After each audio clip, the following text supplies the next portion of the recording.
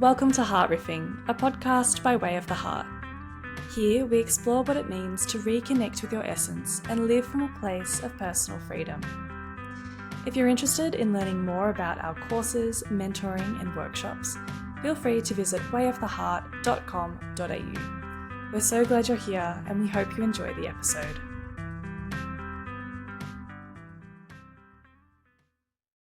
Hi and welcome back to Heart Riffing, a podcast by way of the heart.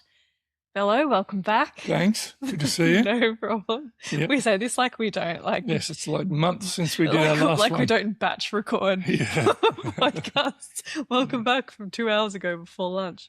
Yep. You had a 2-hour lunch. Yeah. Wow. The benefits of running your own business is that you can corporate entitlement. You can have a 3-day lunch if you want. Corporate entitlement, right there. Yeah, just no one pays for it for you. Sort of a boss of you. Right. We're back for episode number 32. Good. And this episode, we want to talk about this idea of wholeness or oneness. And this kind of comes from, again, one of these core ideas in Way of the Heart that it's all a field, it's all interconnected. And that's kind of a little bit, it's kind of the antithesis to a dominant worldview, which is that, now that you all know what a dominant worldview is, because you listened to the last episode, but this kind of idea that individualism is to be prized and is kind of the goal above all else, and that's kind of not super helpful and can be actually really destructive. So I just wanted to explore this topic of oneness, and probably a good place to start is like the origins of this idea of it all being one. Like, where does this come from? Where do we hear this, and why is it important? Yeah. So I think it's maybe some of the earliest wisdom traditions that dealt with this is the Upanishads. So that's coming from post Vedas, post Hindu Vedas. The Vedas are the original kind of sacred texts. And the Upanishads were a philosophical application of the Vedas. The Vedas are largely ritual, so there's lots of songs, lots of mantras, lots of ritualistic stuff. So the Vedic texts are quite impenetrable in terms of just reading them and having a cohesive thesis or an easy in. The Upanishads were written almost as an interpretation or as an extension. So they're kind of secondary sacred texts within the Hindu sort of canon. There's no real Hindu canon, but they would kind of sit there as interpretive texts. And probably one of the central things that they pick up is this idea of multiplicity of form, singularity of essence.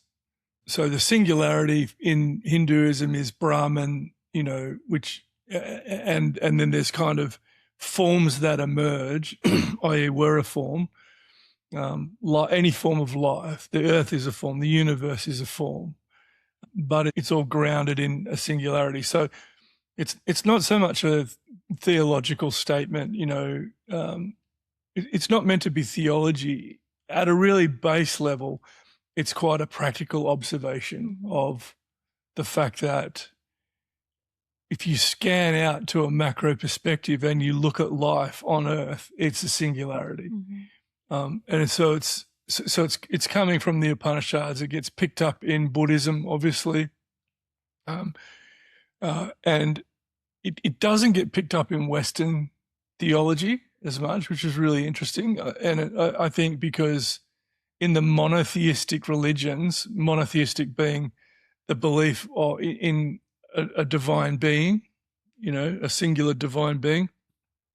The word theism is just God, and mono means one God.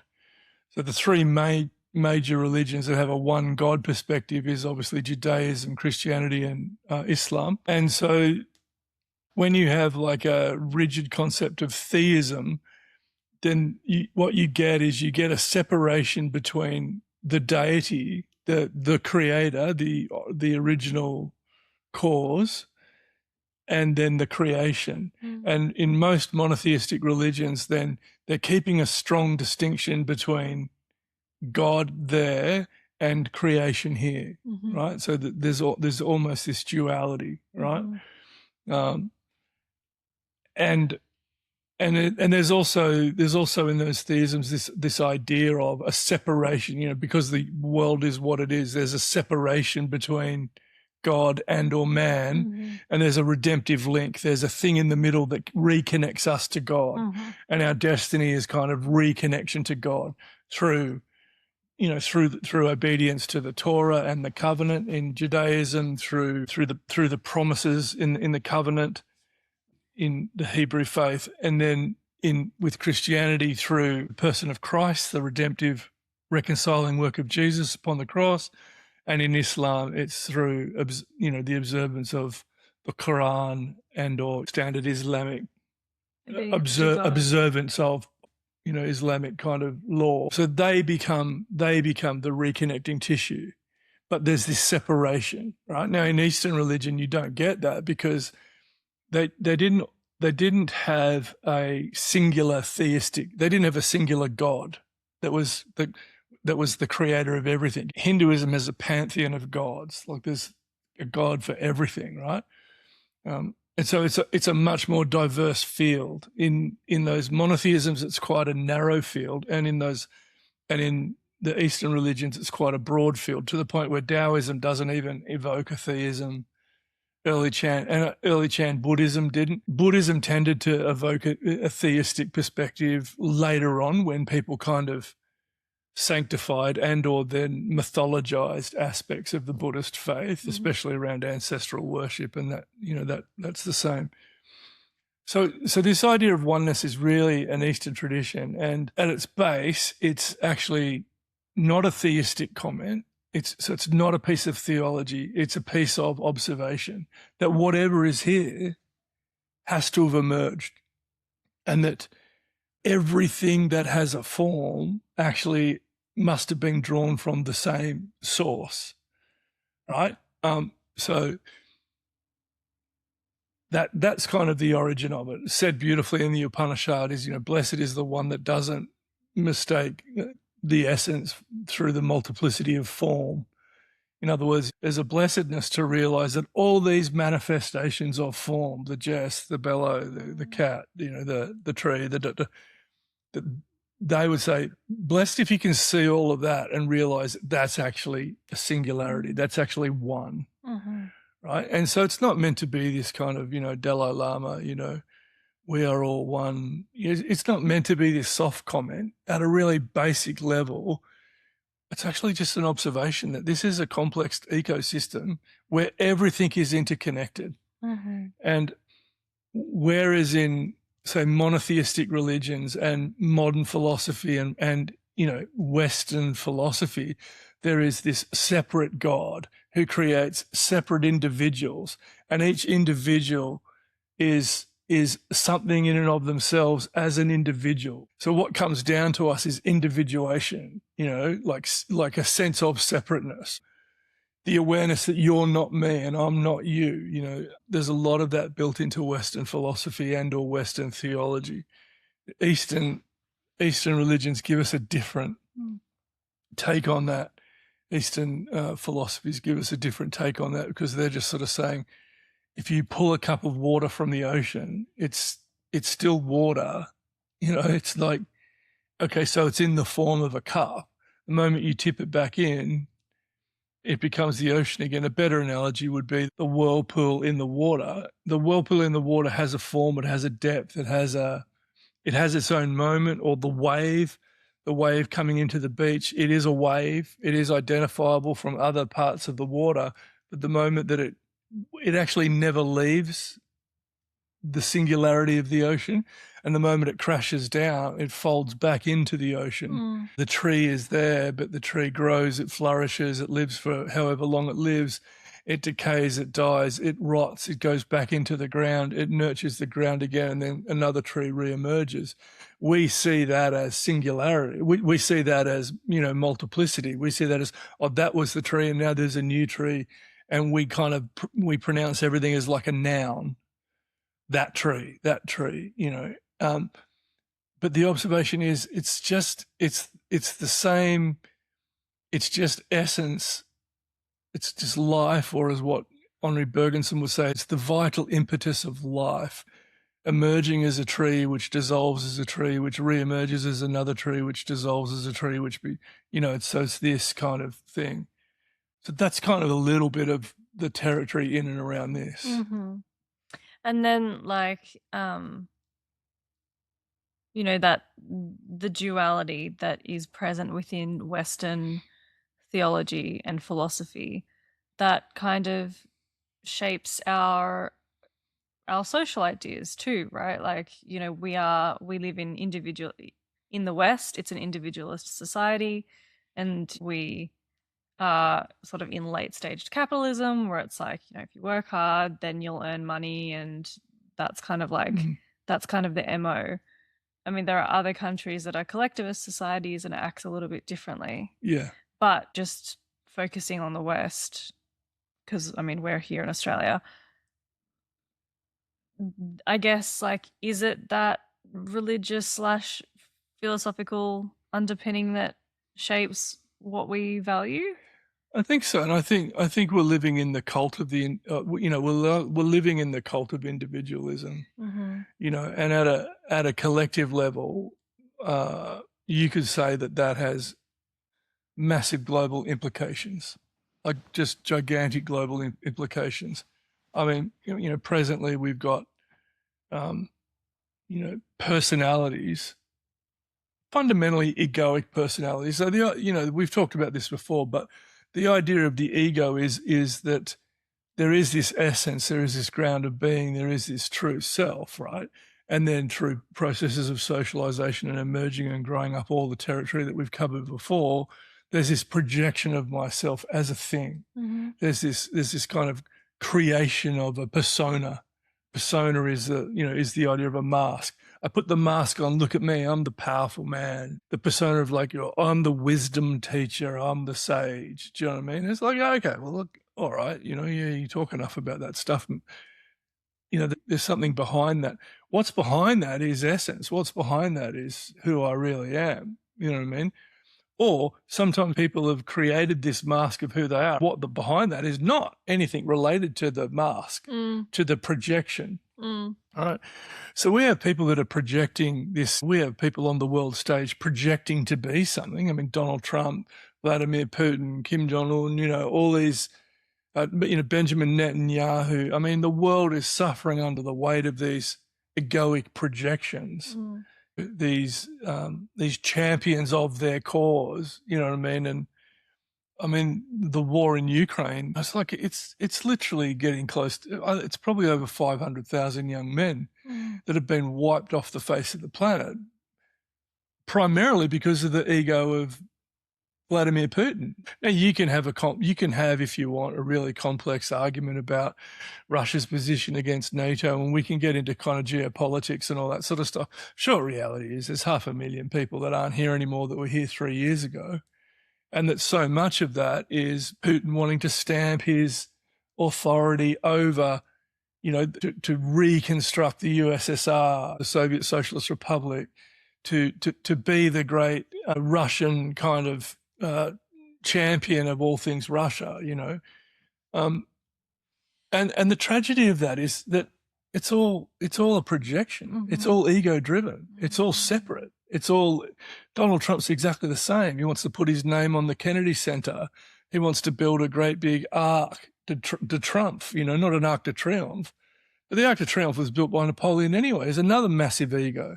So much of this kind of the cult of ego has such a profoundly negative effect on human life, on human community, and on the environment, because we're not separate from the environment. And that's where the gift of oneness comes in. Right? The gift of oneness comes in and just goes, your individuality, your sense of being a separate, special, superpowered self is a nonsense. You don't live in a vacuum. You're not in control. There is an immensely complex, nuanced, profound, rhythm to life. And it's like, this is an aberration. This is like a cancer. So that's where the problem starts to come in. And so the return to a singularity is a return to understand that you live as part of an existing thing, and that this sort of ego projection bullshit, it actually doesn't add anything to the program. And yet we live in a culture that is the cult of individualism, the cult of you become somebody. So is it that individualism gives rise to the ego, or is it that the ego gives rise to individualism? Because like if we're tracing this back, you have a philosophy or a theology of separateness, and then that leads to individualism, and then the ego takes part in, well, if I'm an individual, then I must be the best individual because I'm in competition with everybody else. Yeah. Correct? I think that's fair. The fair summary. Yeah. Okay. And then so to come back into oneness, that sounds, I mean, even to put it that way, almost sounds a little bit trite, because there's like so much that underpins individualism and ego and the self and our ideas of everything, really. Yeah. So how do you marry all that together? So I marry that together by a look at the advance in science, right? A kind of a reductionist method in science that picks apart a complex system to get insight into this particular aspect. I mean, I really like that. I've got an orthopedic surgeon, and he knows everything about my back and about the nerves that run through my back. And so his narrowing and specialization and reductionism around that. But I wouldn't go to him for a heart operation. Yeah. You don't know much. I mean, he knows a bit about hearts. He's a doctor. Do you know what I mean? But he's not a heart surgeon. I wouldn't go to him for for brain surgery, because he's not a neurosurgeon. He's specifically an orthopedic oncologist, and that's his thing. Now, that has been a real feature of the scientific revolution, which has come off the back of industrialization. You've had this discipline of pulling things apart, what could broadly be called scientific reductionism. Let's break this thing down into a space where we are completely clear about this element, right? Alexander Shire and a bunch of other writers would say we've gained a lot through that reduction, but sometimes we don't know how to we don't know the interrelationships between this and this. Yeah, right? This is like, I was listening to a geology podcast, and they were talking about the nature of research and how everyone, like each individual researcher, is down in their own little hole with their own little discovery or doing their, their really niche thing. Yeah. But if they were to come up for just a little bit, they would see that lots of other people are also in digging and looking at the same thing, and they just from a different perspective. And there needs to be some type of conversation and understanding that between the two. Yes, but they don't do that. No, which is why with my dad, for example, the older he's got, the more medications he's got, because he goes to one specialist and they put him on this tablet, and another specialist and they put him on that tablet and this tablet and that tablet. And then he's 6 months into all these different medications and his system collapses because he's got all these different chemical reactions going on, and none of them talk to each other. But this one dealt with the blood pressure, and this one dealt with anti-clotting, and this one dealt with arrhythmic heart, or, it's like, and then someone sits down and looks at the cacophony of bloody drugs that he's on, and they go, holy smokes, how can, this just can't work. So yes, that's the problem with reductionism, is we reduce it down and we get incredible insight about an element, right? But we have to put the element back into the system in which it came, the context in which it came, right? And it's exactly the same with everything human. It's exactly the same in terms of you can assert yourself as an individual, you can promote yourself as an individual, but every individual lives in a series of dynamic relationships. And it's the web of interconnection that is the main thing. So it's a little bit like being the bee in the beehive that goes, I'm the most, the queen bee doesn't do this. She's actually just there creating more baby bees, or, whatever she's doing, right? But it's like the ant or the bee in the hive that suddenly goes rogue and goes, I'm the most important cat. And everyone goes like, I'm not really sure. And we have the cult of that. We have the cult of everyone trying to feed this egoic sense of self, You know what I mean? Trying to become a something. Yeah. Trying to become a somebody. Trying to make my mark. You talk to young people, what do you want to do? Really want to make an impact. Oh, okay, cool. You never see a seagull going, what do you want to do? I said, I just really want to smash Avalon Beach today and make an impact. You know? Yeah, It's like, yeah. oh, okay, yeah. Like, but we have that because the cult of individualism creates this sense of the separate self. You and yourself, that self is now in a competitive market with other selves to get attention, to get needs met, to feel significant, to feel like you're making a contribution, to feel like you're not wasting your life away, to feel like you're worthy, you're worthwhile, you're enough. And so we start to feed into all these psychological human need-based areas. And the vehicle that we're using is this separate sense of self that gets created, right? And so it's like individual billiard balls on the table crashing into one another. It's like, that's a billiard ball, that's the billiard ball, Greg, and that's the Jess billiard ball, and that's the Teddy, that's the Zeke, and we're all separate. We're all things in and of ourselves. And that's a really, that can be a really contested perspective, because at a really base level, it's not true. I can say, I'm Greg the individual, but our individualism is very porous, meaning stuff passes through it. I'm Greg the individual that has lived in relationship with Angela the individual for 38 years. Where do I start and she begins, or where does she?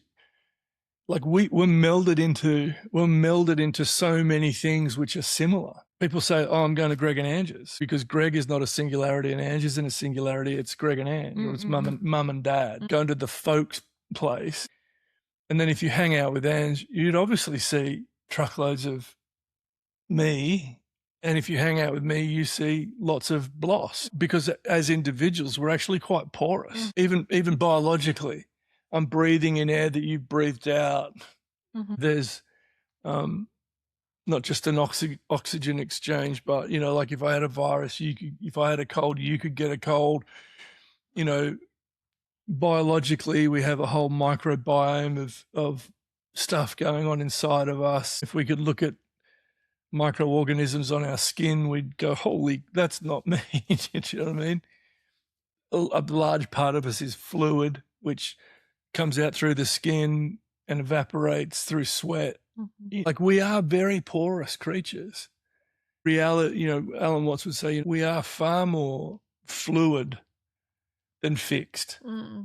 We're a lot more river-like than billiard ball-like. Right? And if you think of a river, then what is a river, or what is an ocean? It's made up of a complex of many things, and it actually takes many different forms. But the forms are always temporary. Like, I'm not the same guy that I was at 21. And so in what way am I a billiard ball that won't change? In what way am I a fixed personhood?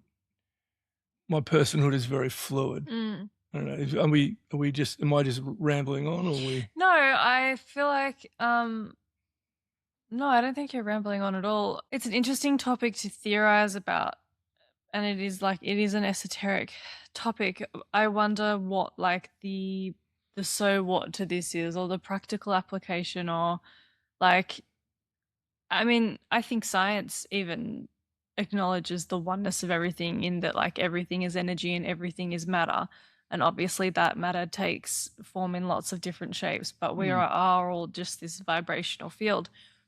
But I wonder what the value is in returning to that space, or in understanding that, or in carrying that understanding in your everyday life, kind of thing. Well, I think it returns us to nature to start off with. There's this temptation when, through radical individualism, that we see ourselves as separate, and we don't see ourselves as part of the created order. Yeah. I mean, that's the great criticism of theism. It's like God created the world and then he put man on it, as if we came from outer space. Then God created Adam and then gave him, it took a bone from his rib and created Eve. Yeah. And it's like, oh, these are sovereignly created creatures that have been plonked on this primordial sort of pristine Garden of Eden, and they've got custody over everything. Mm-hmm. They're in charge of everything, mm-hmm. Hence goes the Hebrew tradition and or the Christian tradition, right? But what that mythology does is that it actually places man at the top of creation as the pinnacle of the created order, with dominion over all creation. And we really like that idea because it's kind of a very powerful idea. Mm. It's also immensely dangerous because we actually scientifically emerged from this earth. We are a product of this earth. Mm. There's no evidence that some sovereign deity that lives somewhere beyond the stratosphere miraculously drops us in from the heavenly realm. Going and yeah. There's a God up there, and God designed you and knew you before you were born, and He placed you in here, and here you are. And wait a second. The truth of the matter is, we emerged from this universe, from this planet, from this place, from that womb. We are dependent upon all these interrelationships just to survive. Mm-hmm. We're dependent upon the nourishment of the earth to feed us. Fisheries, forests, food sources, they're not abstract ideas. We are biologically dependent upon this planet. Mm. We are part of this planet. We're not from some other place. We're from this planet. Mm-hmm. And so when we get a sober understanding of who we are and why we're here, it shifts everything. It shifts us to not some kind of hovering outside over with jurisdiction over everything. It places us in the web, in the matrix, as part of. Mm-mm. Okay, so any act of violence out there is simultaneously an act of violence in here. Mm. Any violation of that is a violation of me. Mm. Any domination of that is a subtle form of cancer in the whole system. Mm. Do you know what I mean? Mm-hmm.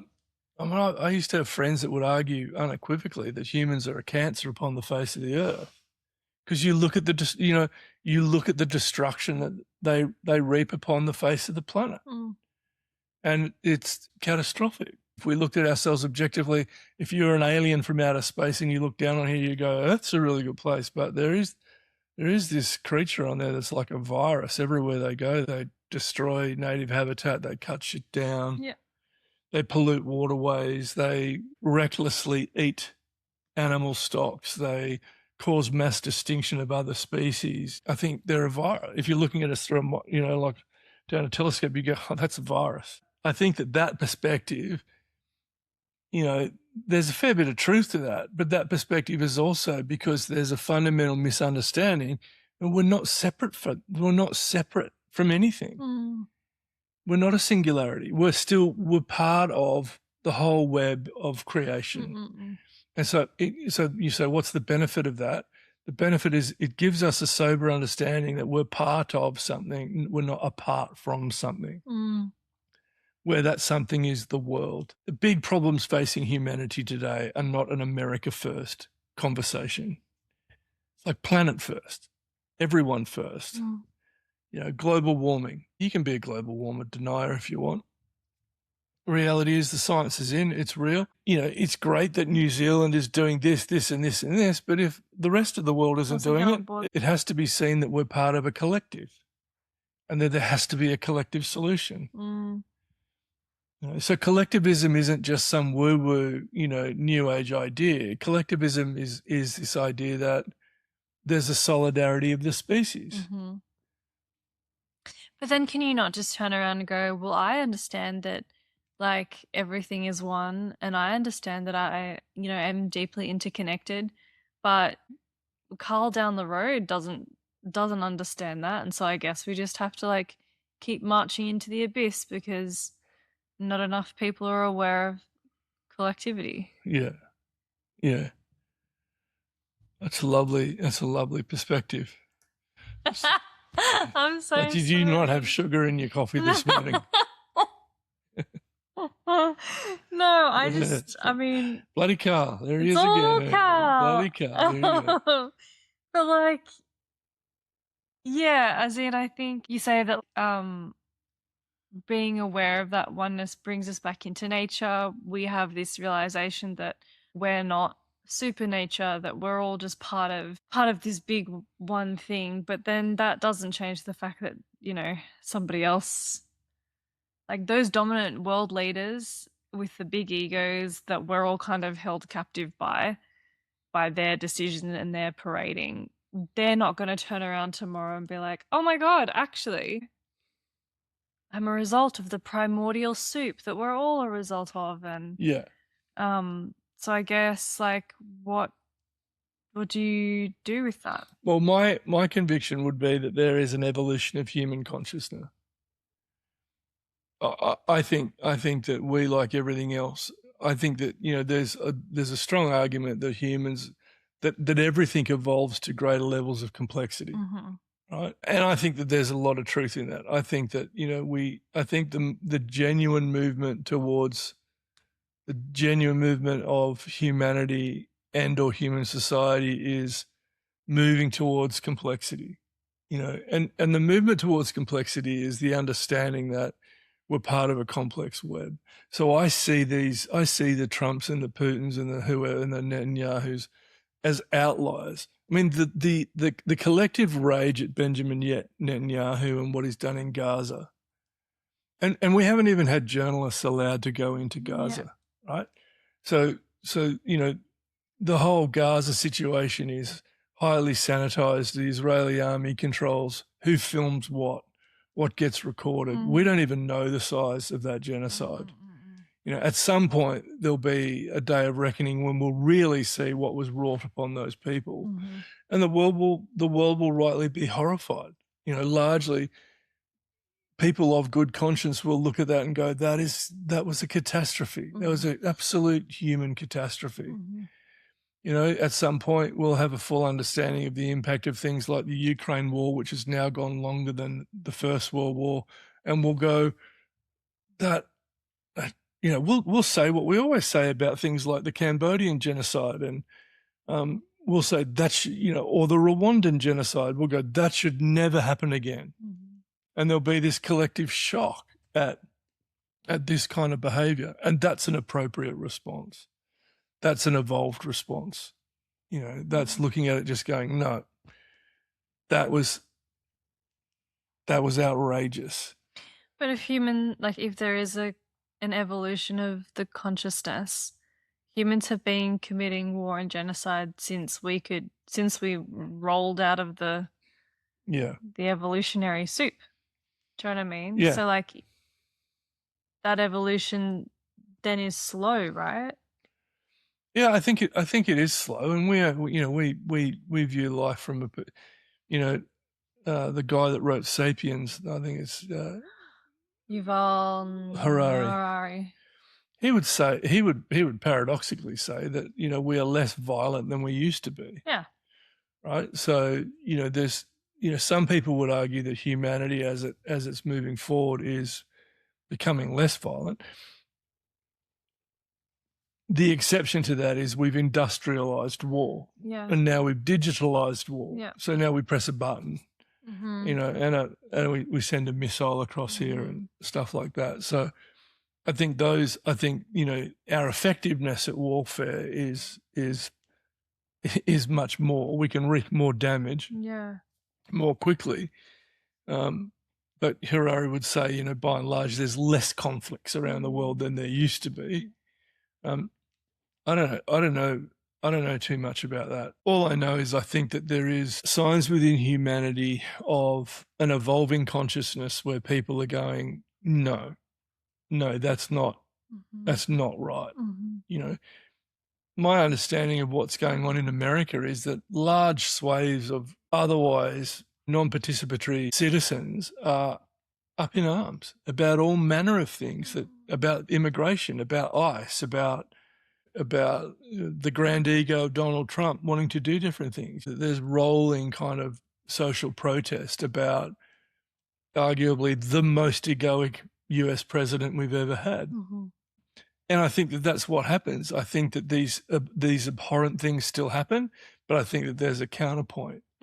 I think largely people are looking back at this whole global shit show and just going, this is just crazy. Yeah. It's just craziness, you know? Yeah. And I think the philosophical position that you could take on this, right, is the one that we're talking about, is that this assertion of separateness, this assertion of my individual wants over and against the greater social good, that's actually the problem. That's the issue, right? I mean, you can see this in micro ways in families too. You know, a whole family can be torn apart by one person who just asserts their separateness or asserts their individuality. And all of a sudden the family is just going, what's going on? What the heck is going on? You know, and the whole cohesiveness of the family community gets ruptured by one person that insists upon their individualism. Well, you know that human community actually flourishes on empathy, the ability for me to feel what you're feeling, the ability for me to calibrate with you. You know, this brings us back to fundamental words like symphonos. You know, the sound of one. The word symphony is sum, which means one, and phonos, which is where we get the word phonetic and or sound from. And so symphony is, you know, one sound or sound of oneness in particular. So symphony is lots of individual parts that attune to one another and play with one another and are attentive to one another. You know, and I stop and you do your bit, and then I come in the back of that and I harmonize with that, or I calibrate to that, or I wait for the moment to hit the drum or the glockenspiel or whatever you're playing. I don't know what, you know, I've never been good enough to be in any kind of band, but you know, the French horn doesn't just go, the pianist is going, really? Like, what the hell, you know? Yeah. Can I just play my bit now? You've been playing for 10 minutes, you know, this is meant to be a piano concerto. Shut up, you know, like, you know, and the world feels a little bit like that. It does. I think like it's so complex and interconnected. I struggle not to get lost in conversations like this because and I suppose I struggle not to get lost in a lot of philosophical conversations because the nature of a philosophical conversation is that something will be said and then there'll be a counterpoint and a counterpoint, and it just kind of goes on and on and on and on forever. I suppose it's like exploration through dialogue, really. No, I think it's more precise than that. Do you? Yeah. I think you can keep doing that. You can keep playing that, and that's just playing philosophical tennis, right? The wisdom, because philosophy, the word philosophy is philo, which is from where we get the word brotherly love, or philo love, which is brotherly love, and so it's the love of wisdom, right? It's the kind of the affection for wisdom. That's what philosophy fundamentally is. And we're laying down a principle here. We're not entering into like a tennis match where we throw ideas back at one another. We're focusing on one idea, and that is that all of creation is actually a singularity, not a multiplicity. It turns up in the form as separate. It actually is not independent. So another word you could evoke here is not separate, but you could evoke the word interdependent.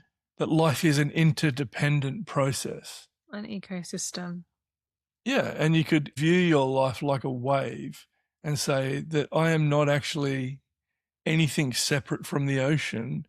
I am a momentary form that will have its moment, will have its duration of being a wave, and then I will float back into the singularity, which is the ocean. So yeah, you can sit on the beach and go, oh, look at that wave. Look at that guy surfing that wave. And in the moment, that is a thing. And like about 30 seconds later, it's a no thing. Mm-hmm. It's crashed upon the beach and it slid back into Mm.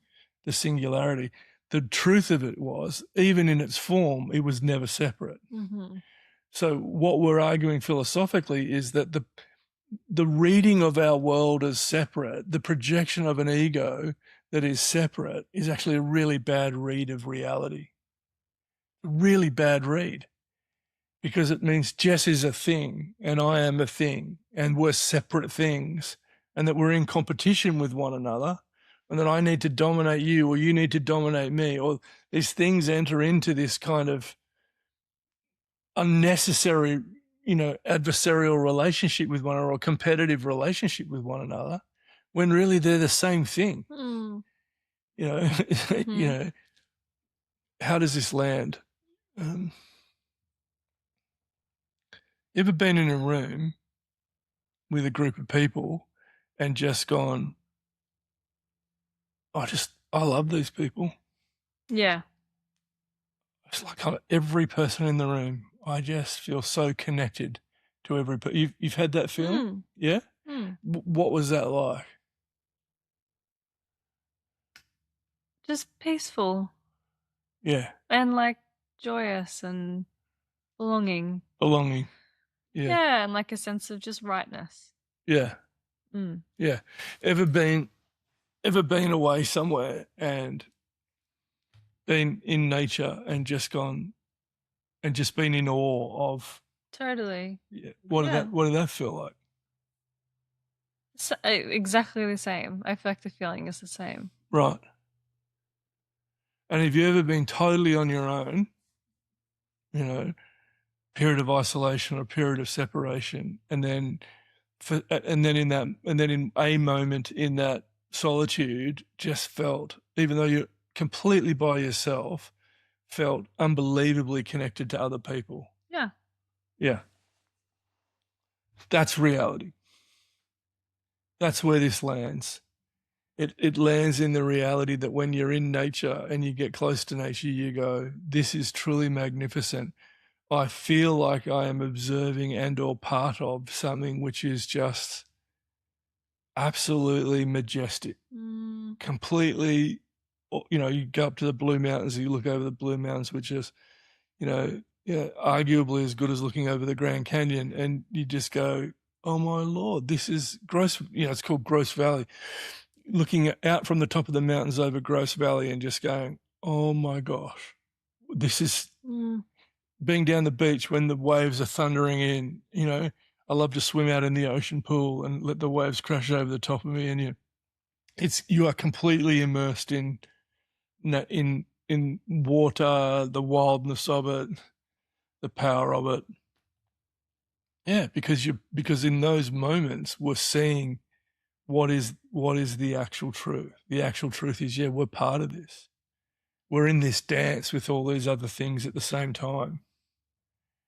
We're part of the unfolding. In those moments, what you're picking up and what you're connecting to is the collective process of life emerging. And that is the reality, not this static separateness that needs to constantly be fed and undergirded. That's not who we are. That's not what life is about. Life is an event. Human life is an event. Human life is a whirlpool in a river. It will fade, Have your moment as the whirlpool and then drop back into the singularity, which is the river. That's a better metaphor for understanding life than, I am a thing, I am a noun, I am a Greg, a Bello, you are a Jess. We're independent, separate things. No. We're part of a dynamic expression of life in multiple forms, but it's the one thing going on. Like if you, I'll help you land this even more. I feel like I need to just keep landing this. Yeah, I feel like it's getting there. I feel like I think I just get lost in the different ways that this can go sociopolitically. Well, I mean, sociopolitically, we just live in a cult of individualism. That's what's happening. Right. But on a day-to-day basis, humans are living in complex interaction with one another all the time. Yeah. Cities are a great example of that. People are driving buses and trains, and people are making systems work, and they're making interconnections work, and they're doing things collectively. Collectivism or non-singularity, but to build a business is not just one skill set; it's a bunch of skill sets coming together. Yeah. And it's the marrying of multiple skill sets and multiple abilities into a shared effort that creates a shared expression, right? Does that resonate? Mm-hmm. So that's much more what's going on a day-to-day basis than the individual piece, right? Mm-hmm. I think the individual piece is a misread. Watts would say it's a misread of reality. Mm-hmm. Mm-hmm. That makes sense. It's like what happens when you misread the text. Yeah. Well, you're not getting to the truth of what is. Mm-hmm. You're overlaying it with what is not. So when you insist upon a separate self, you've misread the thing. Mm-hmm. This world doesn't. Okay, so let's take the tree. There's a big tree in front of Jess and I right now. Okay, so let's starve it of sunlight. Let's starve it of oxygen. Let's pull it out of the ground and starve it of its groundedness in the soil. Mm-hmm. Let's pull its roots out. Let's clean it all off. And let's just leave the tree laying in the street there. How long do you reckon it survives? Like a day. It starts to die immediately. Right. Because the tree as a phenomena cannot exist outside of the complex web. Yeah, okay. I think here's the disconnect for me. Yep. You're working hard. Yeah. I think the disconnect for me is when we use nature as an example, I can observe it and I'm like, this makes total sense. Of course, trees are interconnected. Of course, nature is interconnected. I can see it happening. But when we turn this to humans, of course, I can see that humans are connected as well and that we have our own communities and ecosystems and all of that sort of stuff. I think the disconnect is like, maybe I have this idea in my head. Like, what am I supposed to do with this on a daily basis? Like, and do I walk around going, "Oh, we're all one"? Like, I don't know. I think it's not landing in that. This is an alternate way of looking at things. It's a more real way of looking at things, or it's a more accurate description of reality. But what do I do with that as I'm going and living my individual life? Because I only perceive the world through my own lens, through my own understanding. And so my experience of life is very individual, even though it's interconnected. So I guess. Or is it? Say more then. Well, I mean, that's Jung's whole collective consciousness. Oh, I see. And that's the whole argument around evolution of consciousness, is that your generation, for example, is far more pluralistic than my generation. Mm-hmm. My generation was far more rational than my parents' generation. Mm-hmm. So if you're going through, say, spiral dynamics or Wilbur or any of these, they'll say, even generationally, whole generations of people seem to make an evolutionary leap. Mm-hmm. Like on human sexuality, my generation was brought up with all the kind of there was the moral rigidity of my parents' generation, right? Which was highly intolerant. Protestant marrying a Catholic was a big issue. It was an issue that people fought and died for up in Ireland. So religious mixing, even Christians intermarrying different other denominations within the Christian family was an issue for my parents' generation. And my auntie was a Protestant and she married a Catholic, and that was a problem for them back in 1946 or whatever it was, right? Go further to my generation. It's like, marry whoever you want to marry. as long as it's a same-sex marriage. Yeah. You know what I mean? And as long as you haven't had sex before you get married, right? And so that, again, so it's not universal. Not everyone bought that. No. But I mean, that was the context in which I was brought up. Yeah. Then we go to your generation, I said to your brother when you came out, I said, do you have any problems with just being gay? And he goes, no, Dad. Like, why would I? I don't care. Yeah. As long as she's happy. Yeah. As long as they love one another. Yeah. And it's like you go, my generation goes, well, wait a second, I was raised where that was like, I was raised where that was a problem. Yeah. And then in your generation, that's not a problem at all. Yeah. And so if I'm evolving, I need to go, now if you are anti-gay, if you're anti-gay, everyone kind of looks at you and goes, hello, dude, evolve. Yeah. Wake up. It's 2026. We shouldn't be having arguments about people's, either gender orientation or sexual orientation. That's completely in the domain of human freedom. A wakey. So whole generations are shifting, making big shifts forward. Pluralism is the next big challenging thing. Pluralism in human society is about inclusivity. We have in America at the moment the death throes of exclusivity, right? Where yes, there's immigration issues. There's immigration issues in all countries, largely because humans don't really care about boundaries. If I'm living on this side of the fence and everyone on this side of the fence dies and everyone on the other side of the fence flourishes, guess what I'll be trying to do? Get over to the other I'll be trying to jump the freaking fence, right? And they'll say, well, you're going to bring all your problems over here. We're all on the one spinning ball, just by the way.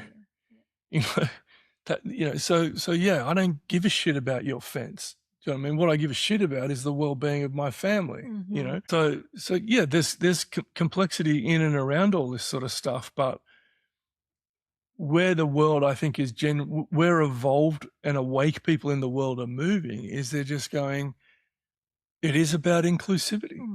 The best wisdom traditions have been about inclusivity, about a plurality that says we're all in this together. The only hope for the planet, realistically, is that people come together and people value one another. And that any act of violence done to you is an act of violence to me. Any act of excluding you is paradoxically establishing a foundation where you can exclude me. Well, so what has that done? What has exclusion done on the planet? When I exclude you from fundamental rights that I enjoy, and I have it, but you don't have it, then how do people respond to that? They respond with a sense of injustice. They respond with a sense of indignation. They respond with a sense of disenfranchisement. All of these sorts of feelings, right? We talk about how, but I don't realize that if you're disenfranchised and you're separate and you're marginalized, then fundamentally I'm doing that to myself because you're going to reciprocate with something, resentment. You're going to respond with indignation. So if America drops bombs on Iran, I mean, when they dropped the bombs on Iran, I was surprised that the Iranians didn't just come out and go, thank you. Yeah. We've been waiting for you to drop bombs on us so we could wake up from our Republican slumber. No, you drop bombs on another nation, that other nation goes, great, we'll just start firing missiles at you. Yes. So American soldiers and citizens died because America attacked Iran. People died. Americans died. Allies of America died. So it's not nothing is separate. An act of violence to them will reciprocate and become an act of violence perpetrated against me. An act of exclusion against the other. The perceived other will be an act of exclusion ultimately against myself at some point. These things are in an ecosystem where what I put out there comes back here. That's how I see it on a day-to-day basis. And this works on the micro as well, in that, like, if you're exclusive of people, then obviously they're exclusive of you, but if that's the energy that you're putting out, then that's also the energy through which you understand everything. So you naturally begin to exclude yourself, or to read yourself as being excluded Of or course, the judge. unliked, Yeah, or judged completely. in the same way that you're being judgmental of other people. Well said. Yeah. The measure that you measure unto others will be measured unto you. That's a scripture. The measure that in Corinthians, the measure that you measure unto you, in other words, the judgment, or the measure in here is the metron, the meter. So literally where we get the word meter from, which is a ruler, a length. Mm-hmm. So the quantity or the measure that I ascribe to you will be measured unto me. Mm-hmm. It's not independent. You see in all these wisdom texts, it's not independent. A classic example in where I live at the moment, and my neighbours don't listen to the podcast, so I'll swing away. One of my next door neighbours has a development application that the neighbour 2 doors down keeps on rejecting. Oh, I don't want this happening. I don't want this garage. I don't want them to do this. This is going to spoil my view. This is no, reject, oppose. So my poor next door neighbour has spent thousands of dollars trying to get a DA through, and every time the DA goes out, the other neighbour just 1 door down from him keeps on complaining about it. Fantastic. Okay. And then a massive, gigantic tree falls on the complaining neighbour's house and crushes the whole side of it. Guess what? They've got to submit now. A DA. They've got to submit a DA. Right. To get their house rebuilt. Right. Those people complained about big trucks coming up the driveway. They had to have a 60-ton crane come and lift a house off their roof. Yeah, right. They said you can't bring even little tip trucks up the shared driveway. Yeah. Well, dude, you've now got a 60-ton crane in the driveway. That's more than a tip truck. So what do you think every neighbour's been doing? Complaining. Just highlighting, almost saying, you deserve that tree to fall on your house. Yeah. It's not weeping for them going, oh, it's such a shame. How can we help you? Yeah. It's like, good. Now, you know what it feels like to have to do something and have someone objecting the whole time. Yes. It's ridiculous. It's so ridiculously petty. Yes. But the energy that they put out, yes, that they're now depending on the goodwill of everyone else yeah, to let them drive 60-ton cranes on the shared driveway, to let them have a development application without any complaints, to let them go through an 8-month building process without the neighbours being up in arms about the noise and the limits and trees that they might cut down. It's just the way it works. Yeah. It's just the way it works. The Bible says it really, do not be, the Bible says in Galatians 5 verse 1 or 6 verse 1, do not be deceived. Therefore, whatsoever thing a person will sow, of the same they shall reap. It's reaping and sowing. What if I'm a new ager, I don't say it quoting Galatians 6 verse 1 or 5 verse 1. It's 5. I don't quote a scripture. I basically, the energy that you put out, that's the energy that you'll attract. Like attracts like. Yes. Okay, great. Doesn't matter whether you're a new ager or a fundamentalist Christian. Yeah. The principle's still the same. Y'all the same. You guys have got so much in common. Yeah. I think too, yes, it's the people reciprocating your energy, but it's also on an individual level. If you're judging everybody, then you obviously also think that everybody's judging you. Yeah, great. So you put that same thing on yourself, 100%. Regardless of whether or not it's actually true or not. So that goes down even to the relationship that you end up cultivating with yourself, based on how you're perceiving yourself as an individual, as a collective, kind of thing. Yeah, and the same works in the affirmative. If I love and embrace and extend loving kindness towards you, yes, then that becomes a principle. Yeah. Because it's a singularity. Totally. The extension of love and acceptance and inclusion to you obviously reaps a reward for me. Yeah, totally. I feel loved and accepted and embraced. Yeah.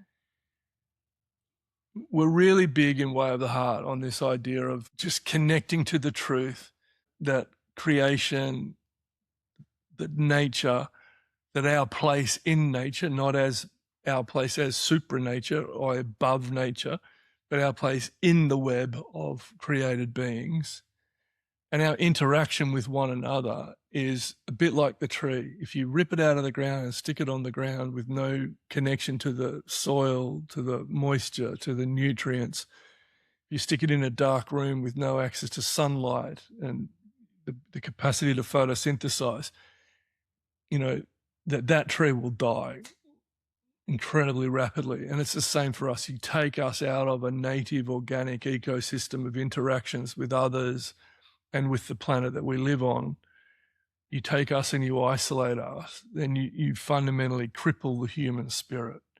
And so the challenge is to see yourself located within nature. The challenge is to see yourself as an aspect of a broader singular whole, as a momentary form that is here to participate and to express itself, not to dominate and not to become a thing in and of itself. So not to participate in the cult of individualism, which is what so much, modern self-help bullshit's about, but to be grounded in the collective, the matrix, the web, the whole interplay of things living, growing, and flourishing together. That's a core idea in Way of the Heart. When you really connect to your own heart and your own essence, you'll find that your heart and essence is profoundly connected to pretty much everything else. All right. Thanks, guys. Hope you enjoyed that one. See you next week in our next episode. Bye. Thank you for listening to Heart Riffing. If today's conversation resonated, you can find more of our work, including courses, mentoring, and workshops, at www.wayoftheheart.com.au or on our Instagram, Way of the Heart Official. We'd love to hear your thoughts, reflections, or questions, so please always feel free to message or comment.